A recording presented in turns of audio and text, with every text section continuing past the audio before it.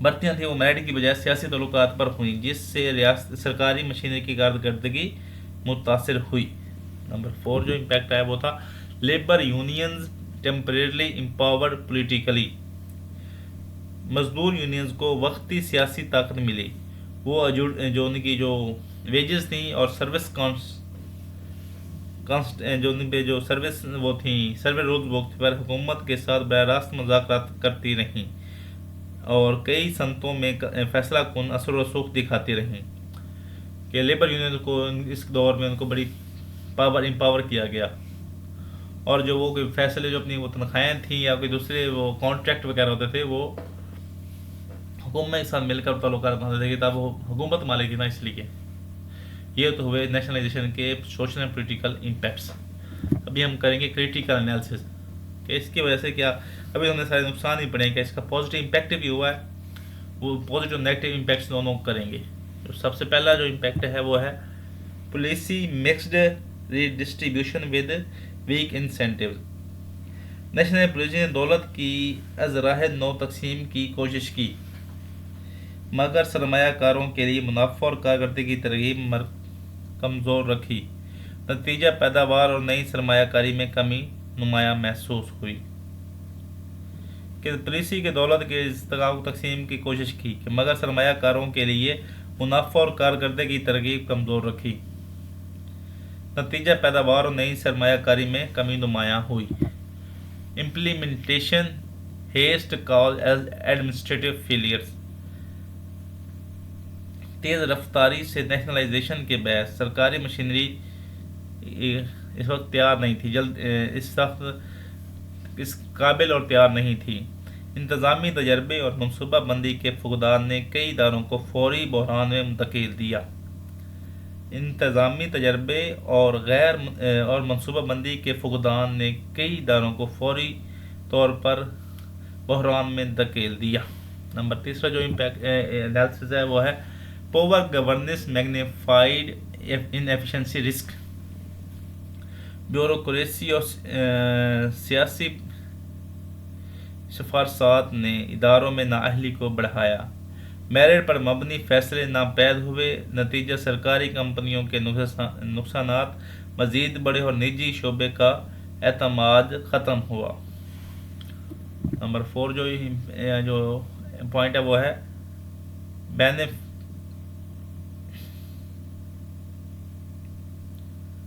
Benefit short lived cost persist longer. ابتدائی سالوں میں روزگار اور اجرت میں وقتی بہتری آئی، مگر لانگ ٹرم طور پر مالی خسارہ، کم پیداوار شرح اور سرمایہ کاری کی کمی نے معیشت کو نقصان پہنچایا۔ ارلی ڈیز میں تو روزگار اور اجرت میں اضافہ دیکھنے کو ملا، لیکن لانگ ٹرم میں مالی بجٹ ڈیفیسٹ، کم پیداوار ریشو اور سرمایہ کاری کی کمی نے معیشت کو نقصان پہنچایا۔ تو یہ تو ہو گیا آپ کا کریٹیکل انالیسس کہ اس نے کیا کیا۔ کریٹیکل انالیسس ہوتا ہے پازیٹیو نیگیٹو دونوں سیڈیں دکھانا۔ تو یہ ہو گیا۔ اس کے بعد کہتے ہیں کہ نیشنلائزیشن کو ریورس کرنے کی کوشش کی گئی۔ یہ آپ کا وے فارورڈ سمجھ لیں اس کا نیشنلائزیشن کا، یا پھر آپ اس کو سمجھ لیں کہ یہ اس کے بعد کیا کیا کہ نیشنلائزیشن نے جو نیگیٹو امپیکٹس چھوڑے تھے اس کو کیسے ریزالو کیا گیا۔ پہلا تھا گریجول پرائیویٹائزیشن بیگان ان لیٹر ڈیکے۔ 1980 کی دہائی سے ہی حکومت نے آہستہ آہستہ صنعتوں کی یعنی پرائیویٹائزیشن شروع کی تاکہ جو بجٹ ڈیفیسٹ کم ہو اور سرمایہ داری جو ایف ڈی آئی بحال ہو۔ یہ عمل کئی برسوں تک کنٹینیو رہا اور عالمی مالیاتی اداروں کی پالیسیوں نے اس پر دباؤ ڈالا۔ نمبر 2 جو تھا reforms targeted loss makers and inefficient farms. حکومت نے خاص طور پر وہ ادارے نشانہ بنائے، ٹارگٹ کیے، جو مسلسل خسارے میں تھے اور پیداوار کم کر رہے تھے۔ انرجی، بینکنگ اور ٹیکسٹائل شعبے میں اصلاحات کی گئیں تاکہ بجٹ ڈیفیسٹ کم کیا جا سکے، مگر ادارہ جاتی مزاحمت رکاوٹ نہ بنے، یعنی جو اس کے ورکرز ہیں ان کو وہ ریزسٹنس نہ کریں۔ نمبر 3 جو ہو گیا پھر privatization face legal political resistance. Privatization کے عمل کو عدالتوں میں چیلنج کیا گیا اور سیاسی جماعتوں نے اسے عوامی مفاد کے خلاف قرار دیا۔ ٹریڈ یونینز کی ہڑتالیں اور عوامی احتجاج نے پالیسی کو بارہا سست کیا، یعنی پرائیویٹائزیشن کو مزید سست کیا۔ اس مزاحمت نے سرمایہ کاروں کے اعتماد کو بھی نقصان پہنچایا، کیونکہ وہ تو کہہ رہے تھے کہ یہ بیچیں گے انڈسٹری ہم خریدیں گے، اس سے ہماری ایف ڈی آئی آئے گی، اس لیے لیکن ریزسٹنس ان کو عدالتوں میں لے کے جانا یہ ان کو خراب کیا۔ نمبر 4 پوائنٹ تھا وہ ہے partial recovery of private investment followed. کہتے ہیں کہ لگاتار پالیسیوں کے نتیجے میں کنٹینیو پرائیویٹائزیشن کے نتیجے میں سرمایہ کاری نے کچھ حد تک بحالی پائی، خاص طور پر ٹیلی کام اور توانائی میں، مگر انسرٹن پالیسیز ہیں، کرپشن اور سیکورٹی خدشات نے بڑے پیمانے پر سرمایہ کاری کی رفتار کو کم کیا، جو سرمایہ کاری اس کو کم کیا۔ تو ابھی ہم دیکھتے ہیں ہم نے کیا کیا دیکھا ہے۔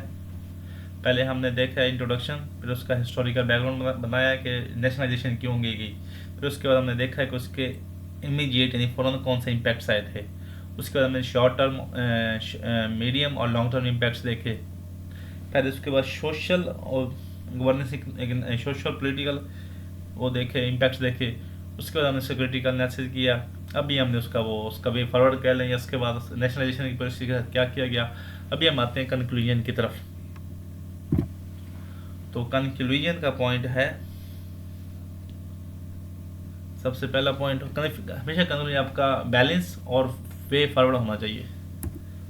سب سے پہلے nationalization has short term social benefits, کہ بھٹو دور کی نیشنلائزیشن نے ابتدائی طور پر عام عوام کو روزگار، تنخواہوں میں بہتری اور بنیادی سہولیات تک رسائی جیسے فوائد دیے۔ Number 2، long term economic cost outweigh initial gains, وقت گزرنے کے ساتھ ان بینیفٹس پر بھاری معاشی نقصان حاوی ہو گئے۔ نجی سرمایہ کاری میں کمی، پیداواری صلاحیت میں وہ کہتے ہیں کمی، اور خسارے نے قومی خزانے کو شدید دباؤ میں رکھا۔ جو بجٹ ڈیفیسٹ نے قومی خزانے کو شدید دباؤ میں رکھا۔ Balance policy regulations plus market initiatives, کہتا ہے کہ بیلنس اسٹیبل ترقی کے لیے ضروری ہے کہ ریاست مرز قوم نیشنلائزیشن کی بجائے متوازن حکمت عملی اپنائے، جہاں ریگولیشن اور مارکیٹ کی جو مرات ہیں وہ ہیں ساتھ ساتھ چلیں۔ اور اس کے بعد نمبر اس کا جو فیوچر ہے فارورڈ لوکنگ ہے وہ ہے future reforms governance targeted public roles, آگے بڑھنے کے لیے گورننس میں ٹرانسپیرنسی اور اس میں جو ٹارگیٹ میں جو گولز ہیں ان کا اصلاحات اور مخصوص سرکاری کردار لازمی ہیں۔ ایسے اقدامات نہ صرف سرمایہ کاروں کا اعتماد بحال کریں گے بلکہ ملکی معیشت کو بھی دیرپا ترقی اور عالمی سطح پر بہتری کی طرف لائیں گے۔ یہ تو ہو گیا آپ کا کنکلوژن۔ ابھی ہم جیسے کرتے ہیں کیا کہتے ہیں کوئک ریویژن کرتے ہیں کہ ہم نے کیا کیا پڑھا۔ سب سے پہلا کویشچن ہے وہ ہے nationalization era mainly in which decade, کہ نیشنلائزیشن کا کون سے وہ کہتے ہیں 10 ڈیکے میں سٹارٹ ہوئی مینلی ایرا۔ اس کے بعد major problem of the state farms, کہ جو اسٹیٹ فارمز کے جو تھے وہ میجر پرابلم کیا تھے نیشنلائزیشن کے بعد۔ نمبر کی پالیسی ریورسل ٹول، کہ جو نیشنلائزیشن جو کی اس کی پالیسی تھی اس کو ریورسل ٹول کون کون سے تھے، آپ نے 2 بتانے ہیں۔ اس کے بعد nationalization effects on F D I, کہ نیشنلائزیشن ایف ڈی آئی پر کیسے ایفیکٹ کرتی ہے، اثر ڈالتی ہے۔ اور best alternative to blanket nationalization, کہ ابھی وے فارورڈ میں ہم نے بتایا کہ بلینکٹ نیشنلائزیشن کی بجائے ہمیں کون سا سٹیپ لینا چاہیے۔